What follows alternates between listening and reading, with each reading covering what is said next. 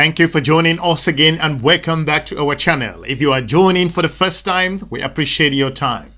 In this episode, I want to look at the recent geopolitical engagement. I will call it engagement? No. The United States of America decided to pick up a fight with the country of South Africa. Like I said, South Africa, it's a very important country in the continent of Africa. You may not agree with them in a number of things in terms of their geopolitical engagement around the world. But make no mistake, election has consequences. That's the reason why the current president of the United States of America, Donald Trump, has decided to pick up a fight with the country of South Africa. Where is this leading?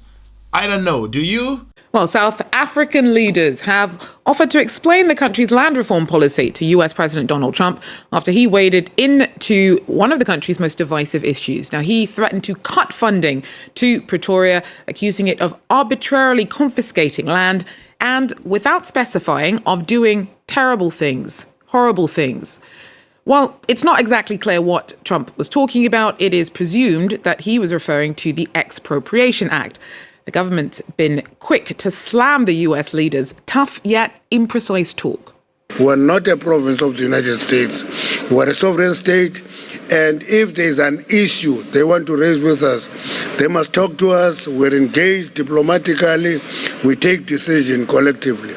But bullying us should not be tolerated by us at any time. Well, the United States of America has a number of challenges. Tariff, healthcare issues, infrastructural development, a lot of things that needs to be fixed. A whole lot of very important things that the governments of the United States should be focusing on, and what the citizens of the United States elected the leader of their country to focus on those very important internal issues and engage strategic partners around the world. But what's happening? The president decided that he is ready to pick up a fight with the country of South Africa.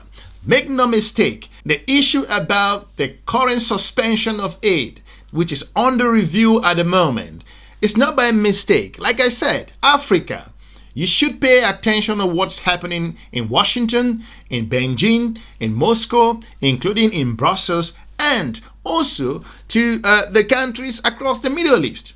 Because what's going to happen in those capitals will definitely affect your development and also expansion or interaction in several ways.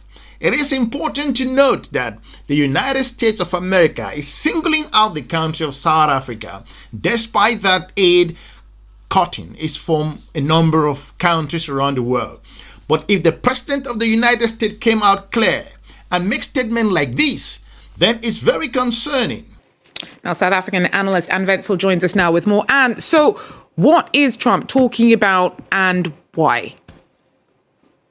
So basically, I believe he's referring to the expropriation bill, which was signed by South African President Cyril Ramaphosa on the 23rd, 24th of January. And basically, this bill makes it possible to expropriate land without compensation in specific circumstances, and where any attempts to mediate and reach an agreement have fallen on deaf ears. Nothing has happened, nothing has worked. The South African president today released a media statement where he basically says there has been no confiscation, which is true. I mean, Trump is talking as if confiscation is happening and ongoing. I'm going to just read a little bit out of the President Cyril Ramaphosa's media release today. And he says, "We look forward to engaging with the Trump administration over our land reform policy and issues of bilateral interest. We are certain that out of those engagements, we will share a better and common understanding over these matters." So clearly he is saying that Trump needs to learn more about something before he kind of just goes off and says what he's thinking or what someone has told him, because this is not the case on the ground. And in fact, South Africa has a long history of trying to redistribute land which was taken away by force, starting in 1950, when some 3.5 million black South Africans were removed from their ancestral lands and moved to Bantustans and homelands, much like in America, the First Nation Native Americans were moved to reservations. So since the ANC came into power, now obviously they're sharing the GNU, but for the last 30 years they were in power and they've been trying to effect this the land change and redistribution.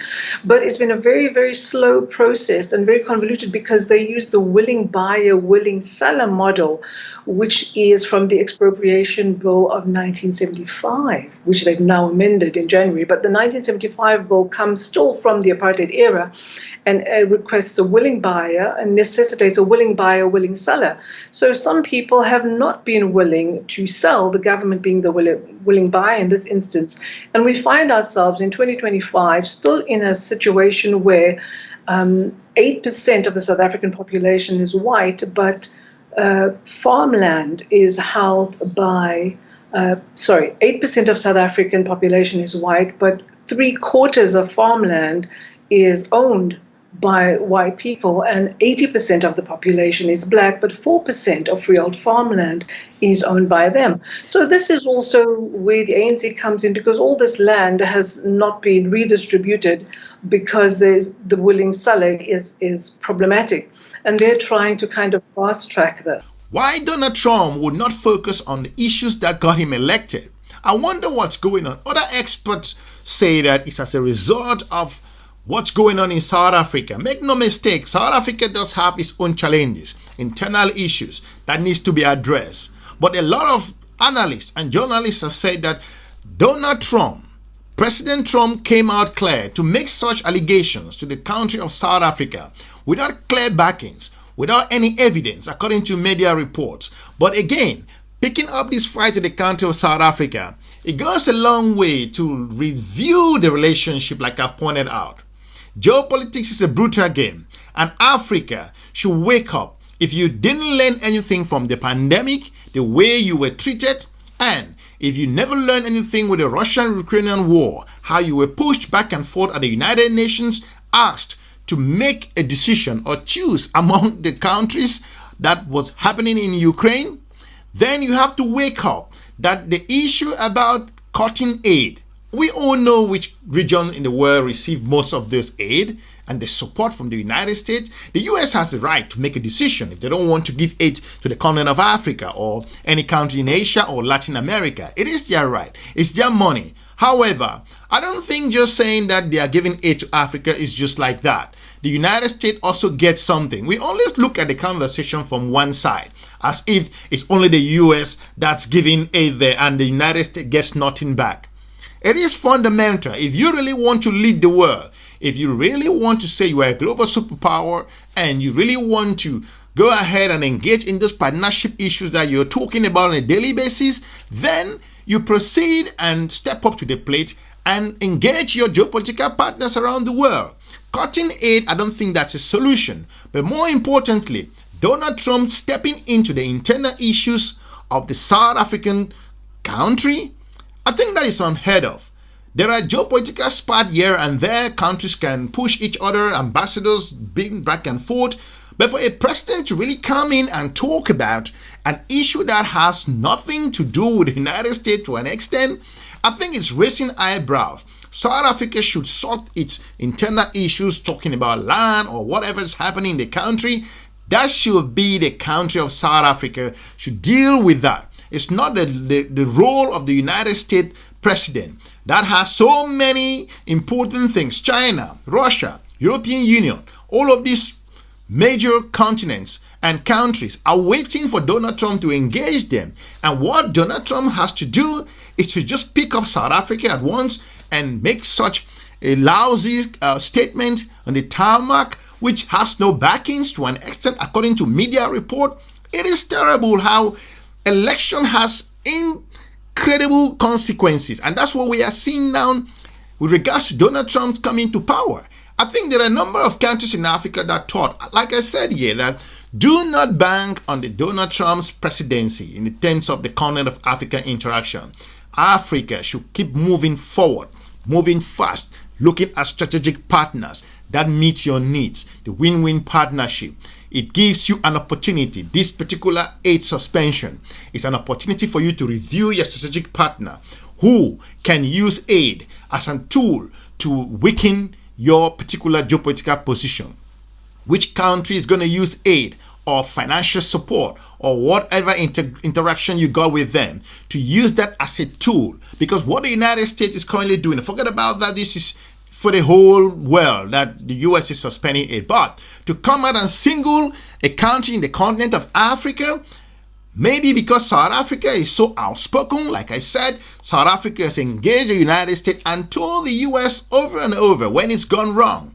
I think it's not just all about this. South Africa, to an extent, is one of those countries in the continent of Africa that they have demonstrated from their foreign policy that the United States, being a heavyweight, is not going to intimidate them. South Africa is not scared or not worried about the United States. There will be consequences by hosting or by holding down the aid. Of course, there are a lot of people in South Africa that benefit from this support from PEPFAR and a whole lot of other things and major economic arrangement that these two countries have. But again, South Africa and the United States have made billions.